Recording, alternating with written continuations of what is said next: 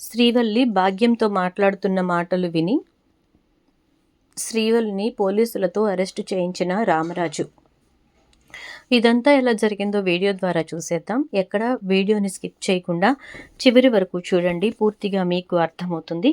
వీడియోని లైక్ చేయడం, షేర్ చేయడం మర్చిపోకండి. మీ లైక్ అండ్ షేర్ మాకు మంచి సపోర్ట్, ఇంకా ఎంకరేజింగ్గా ఉంటుంది. ఇక మొత్తం మీద చూసుకున్నట్లయితే కనుక ప్రేమ ధీరజ్ విడిపోవడానికి శ్రీవల్లి కారణం అనే విషయాన్ని బయట పెట్టడం మనం ఈ వీడియోలో చూడబోతున్నాం. ఇక ప్రేమ ధీరజ్ ఇద్దరు కూడా కలవాలనుకున్నా కలవలేని పరిస్థితి అయితే భద్రావతి ఏర్పాటు చేసేసింది. ఎందుకంటే ప్రేమ మనస్సుని భద్రావతి మార్చటం మొదలుపెట్టింది. అది కూడా మామూలుగా కాదు.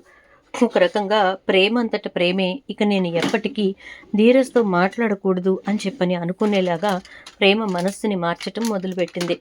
ఇక ప్రేమ చాలా బాధపడుతూ నర్మద వచ్చి అడిగినా సరే నేను రాలేను అని చెప్పేసేసింది. దాంతో ఇక నర్మద అయితే ఇక వీళ్ళిద్దరిని కలపటం అంత ఈజీగా అయ్యే విషయం కాదు అని చెప్పేసేసి అనుకుంటుంది. ఇక తర్వాత ఇంటికి వెళ్ళి నర్మద చాలా బాధపడుతూ ఉంటే రామరాజు ఏం జరిగింది అని అడుగుతాడు.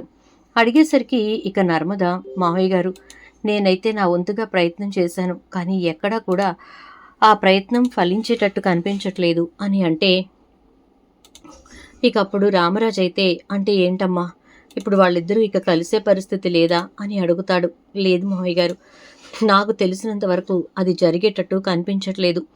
ఎందుకంటే వాళ్ళిద్దరూ ఎంతలా ప్రేమించుకున్నారో, ఎంతలా ఇష్టపడ్డారో, ఎంతలా ఒకరి కోసం ఒకరు బ్రతికారో, కానీ ఇప్పుడు ఆ పరిస్థితి నాకైతే వాళ్ళ దగ్గర కనిపించట్లేదు మావయ్య గారు అని చెప్పని అనడంతో ఇక రామరాజు అయితే, అసలు ఇదంతా ఎందుకు జరిగింది, ఎలా జరిగిందనేది మనం తెలుసుకోవాలమ్మా. ఎందుకంటే ఈ విషయంలో ఎవరో ఏదో కుట్ర చేశారనిపిస్తోంది. భద్రావతికి సడన్గా వీళ్ల పెళ్లి గురించి ఎలా తెలిసిందో నాకు అర్థం కావట్లేదు అంటూ ఉంటే, ధీరజే చెప్పాడు కదా అంటుంది నర్మద. కాదు, నాకు తెలిసినంత వరకు భద్రావతి ముందే ఈ విషయం తెలుసుకుని ఇక్కడికి వచ్చిందని అనిపిస్తోంది అని అనేసరికి ఇక నర్మద, అంతేనంటారా మావయ్య గారు అని అంటుంది. అవును, ఆ రోజున వాళ్ల పెళ్లి ఎలా జరిగింది అనేది నీకు, వేదవతికి, ఇంకా ప్రేమ ధీరజ్కి తప్ప ఎవరికీ తెలియదు. అలాంటిది ఆ విషయం ఏ రకంగా బయటకు వెళ్ళింది, ఏ రకంగా భద్రావతి వరకు వెళ్ళింది అనేది మనం తెలుసుకోవాలి అంటాడు రామరాజు. సరే మావయ్య గారు, మీరు అన్నారు కాబట్టి నాకున్న అనుమానాన్ని నేను క్లియర్ చేసుకుని మీకు నేను చెప్తాను అంటుంది. అన్న తర్వాత ఇక సరే అంటాడు రామరాజు అయితే. అన్న తర్వాత ఇక నర్మద ఆలోచిస్తూ ఉంటుంది, ఏంటి, ఎందుకు ఇలా జరిగింది అని చెప్పి. ఇలా ఆలోచిస్తున్నటువంటి టైంలోనే నర్మదకు ఒక ఐడియా వస్తుంది. అదేంటంటే, వల్లి ఈ విషయంలో ఇన్వాల్వ్ అయి ఉండకూడదని ఏముంది అని అనుకుంటుంది. ఇక అప్పుడు అలా ఆలోచించినటువంటి నర్మదకు, ఎస్, వల్లి ఈ విషయంలో ఇన్వాల్వ్ అయి ఉంటుంది, ఖచ్చితంగా వల్లి ఈ విషయంలో ఇన్వాల్వ్ అయ్యే ఉంటుంది అని చెప్పేసేసి అనుకుంటూ ఇక నర్మద వెంటనే వల్లి వైపు నుంచి నరుక్కు రావాలి, అంటే తెలుసుకోవాలి అనుకుంటుంది. అలా అనుకున్నటువంటి నర్మద వెంటనే ఇక ధీరజ్ దగ్గరకు వెళ్ళి, ధీరజ్, నాకెందుకో మీ ఇద్దరు విడిపోవడానికి కారణం వల్లి అనిపిస్తోంది అని అనేసరికి, అలా ఎందుకు అనుకుంటున్నావు వదినా అని అంటాడు. అవును ధీరజ్, ఖచ్చితంగా వల్లియే మీరిద్దరూ విడిపోవడానికి కారణం అనిపిస్తోంది. అలా ఎందుకు అనిపిస్తుందంటే అని అంటే, చెప్పొదినా, ఎందుకు అనిపిస్తుంది అని అనగానే, వల్లి ఈ విషయంలో ఎక్కడా కూడా ఇన్వాల్వ్ అవ్వట్లేదు సరికదా, తను క్లియర్ కట్గా ఈ గొడవలు జరుగుతున్నప్పుడు చాలా హ్యాపీగా ఉన్నట్టు నాకు అర్థమవుతుంది అంటుంది. వీళ్ళిద్దరూ మాట్లాడుకోవటం రామరాజు వింటాడు. విని, అంటే వల్లి ఇలా జరగడానికి ఖచ్చితంగా కారణమై ఉండొచ్చా అని చెప్పి ఆలోచిస్తూ ఉంటాడు. ఇక ఆ రోజు నుంచి రామరాజు నర్మద గురించి ఆలోచించటం మొదలు పెడతాడు. వల్లి గురించి ఆలోచించటం మొదలు పెడతాడు. అలా ఆలోచించిన రామరాజు వల్లి విషయంలో కొంచెం జాగ్రత్తగా ఉండాలి, వల్లిని అబ్జర్వ్ చేయాలి అని చెప్పి ఎవరితోటి ఏమీ మాట్లాడకుండా వల్లిని అబ్జర్వ్ చేస్తూ ఉంటాడు.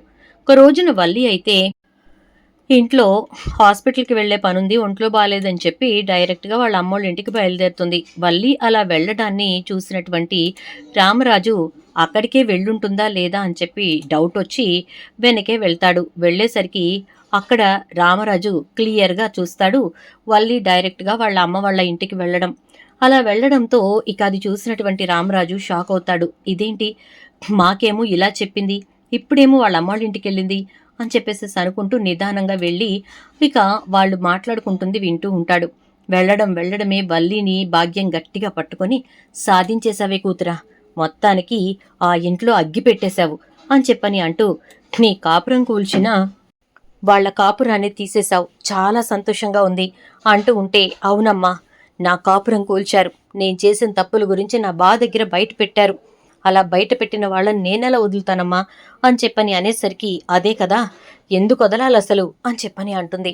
అలా అంటూ ఉండగానే ఇక వెంటనే భాగ్యం అయితే, మనం వెళ్ళి మోపిదేవిలో చేసినటువంటి ప్లాన్ మొత్తం వాళ్ళకి ఏమన్నా తెలిసిందా అంటే ఎవ్వరికీ తెలిసే అవకాశం లేదు. ఎందుకంటే నేను డైరెక్ట్గా వెళ్ళి భద్రావతికి వీడియో చూపించాను.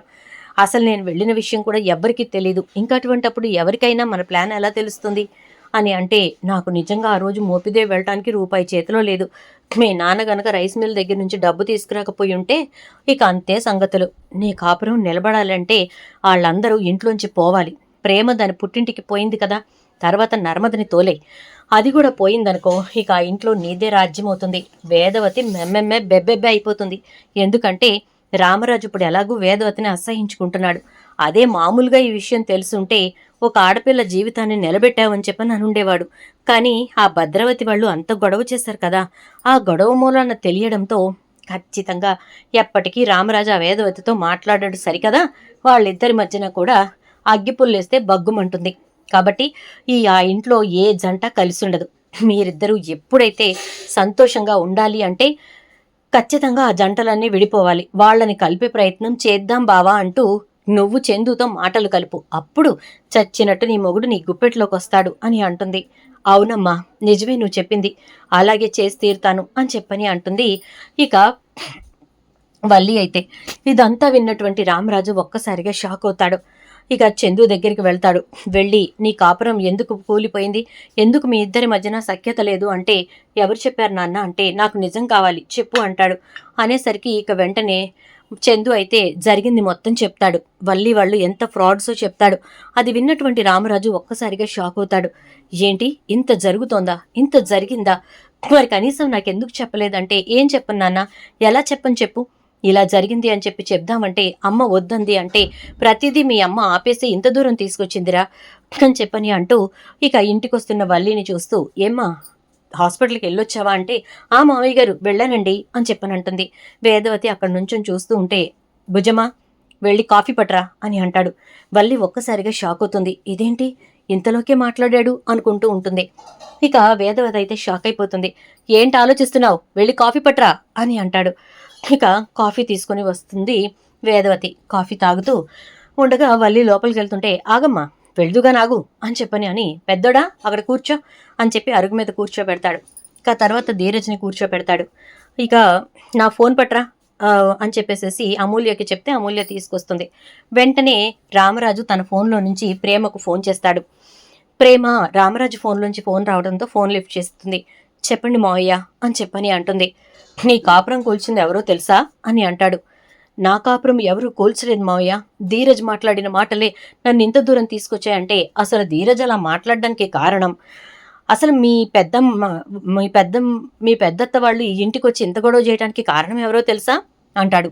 ఎవరు మావయ్య అంటే, వల్లి, శ్రీవల్లి చాలా చక్కగా మోపిదేవికి మిమ్మల్ని పంపించి అక్కడ మీ పెళ్లి గురించి సాక్ష్యాధారాలు సంపాదించి చక్కగా మొత్తం అన్నిటినీ తీసుకెళ్లి మీ పెద్దత్తకు చూపించింది అంటాడు. ఒక్కసారిగా వల్లి షాక్ అయిపోతుంది. ఏం మాట్లాడుతున్నారు మావయ్య అంటే, జరిగింది ఇదే, కావాలంటే మీ పెద్దత్తను అడుగు, లైన్లోనే ఉంటాను అంటాడు. వెంటనే ఇక ప్రేమ అయితే భద్రావతి దగ్గరికి వెళ్ళి, నీ ఫోన్ ఇవ్వత్తా అని చెప్పేసి ఫోన్ తీసుకుంటుంది. ఎందుకు, ఇటివ్వు అంటూ ఉంటుంది. ఇవ్వత్తా అని చెప్పి లాక్కొని ఇక వల్లి నెంబర్ సెర్చ్ చేసేసరికి అందులో వీడియో పంపించినట్టుగా ఉంటుంది.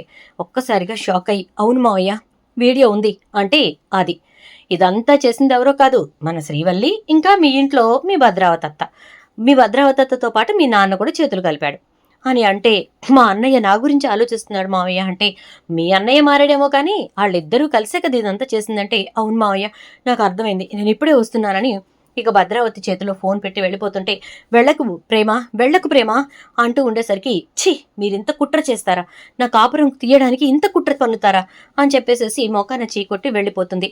అలా వెళ్ళిపోతూ ఉండగా వల్లి అక్కడ నుంచొని ఉండగానే వల్లి ముందే ప్రేమ లోపలికి వచ్చి నన్ను క్షమించండి మావయ్య అంటే తప్పు నీదేం లేదమ్మా, వెళ్ళు నీ భర్త దగ్గర నుంచో అంటే వాళ్ళిద్దరు నుంచుంటారు. ఇటు నుంచి నర్మదను, నువ్వే తప్పు చేయలేదు నర్మదా, అరే నడిపోడా, నీ భార్య ఏ తప్పు చేయలేదు, ఎప్పుడూ తన్ని వేలెత్తి చూపించకు, ఒక ఆడపిల్ల ఉన్న పరిస్థితిని బట్టి తను అలా చేసింది, అందులో తప్పేమీ లేదు అని అంటాడు. సరే నాన్న అని చెప్పని అంటాడు సాగర్.